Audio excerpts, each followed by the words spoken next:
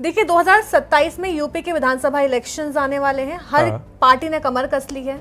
हर कोई जीत के लिए अपने अलग अलग पैतरे आजमा रहा है। लेकिन अगर अखिलेश यादव की बात की जाए तो आप आने वाले चुनावों में उन्हें कहाँ देखते हैं? यूपी में। यूपी में ही देखते हैं उनको, यूपी से बाहर नहीं देखते हैं। लेकिन ये मुझे दिखाई पड़ता है कि सीएम के रूप में दिखाई नहीं पड़ रहे हैं। सीएम के रूप में पुनः योगी जी दिखाई पड़ते हैं। भाजपा वहाँ पर वापस से बहुमत से ही जीतेगी।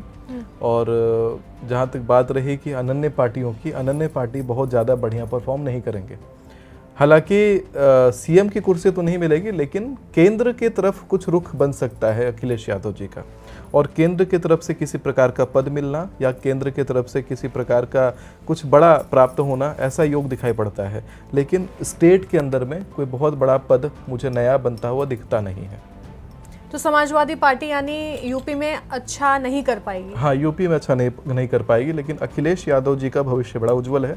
केंद्र में अच्छा परफॉर्म कर देंगे। देखिए, चुनाव अमूमन अगर देखा जाए 2027 का, वो फरवरी मार्च के समय कंडक्ट होता है। मार्च के समय अगर देखा जाए मंगल की स्थिति, मंगल वहाँ पर कर्क राशि में बैठे हुए मिलेंगे।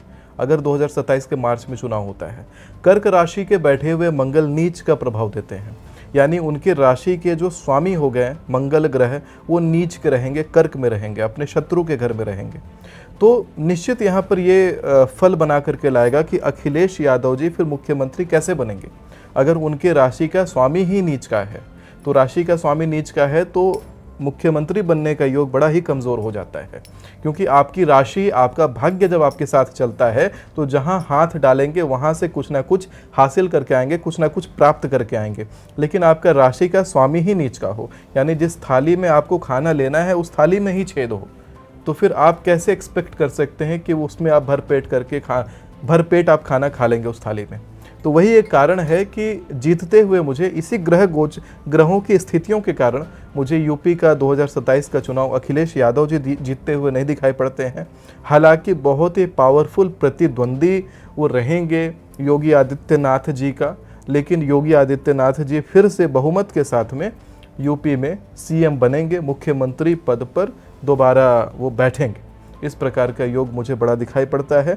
योगी आदित्यनाथ जी का अगर देखा जाए तो अब लोग कह सकते हैं कि आदित्यनाथ में भी जो मंगल है वो वहाँ पर स्वामी बन जाता है। लेकिन नाम के पहले शुरुआत देखिए, योगी से शुरुआत हो रहा है, आदित्यनाथ से शुरुआत नहीं हो रहा है, जिसके कारण ग्रह स्थितियाँ बदलती हैं। और चूँकि उन्होंने भगवा धारण किया हुआ है, भगवाधारी व्यक्ति हैं, और मार्च के समय भी ये अप्रैल के बाद, अप्रैल के आसपास में उस संवत बदलेगा। यानी कि बृहस्पति उस समय अपने उस संवत के राजा रहेंगे। 2083 वो संवत चल रहा होगा। बृहस्पति धर्म का प्रतिनिधित्व करते हैं और धर्म के साथ खड़े रहते हैं। तो धर्म का उदय वहीं होता है जहाँ जहाँ बृहस्पति होते हैं। अब यहाँ पर बृहस्पति राजा रहेंगे उस वर्ष के, साथ में चुनाव होना है। चुनाव में योगी आदित्यनाथ जी जो है बृहस्पति का प्रतिनिधित्व, तो एक प्रकार से धर्म के वाहक हैं। और धर्म के जो वाहक व्यक्ति हैं उनको बृहस्पति ना सपोर्ट करे तो कौन सपोर्ट करेगा। और बृहस्पति जिस समय राजा रहेंगे, राजा का सीधा सपोर्ट मिलना यानी जीत तय होना, जीत का मुकम्मल होना, ऐसा यूपी में दिखाई पड़ता है 2027 का चुनाव।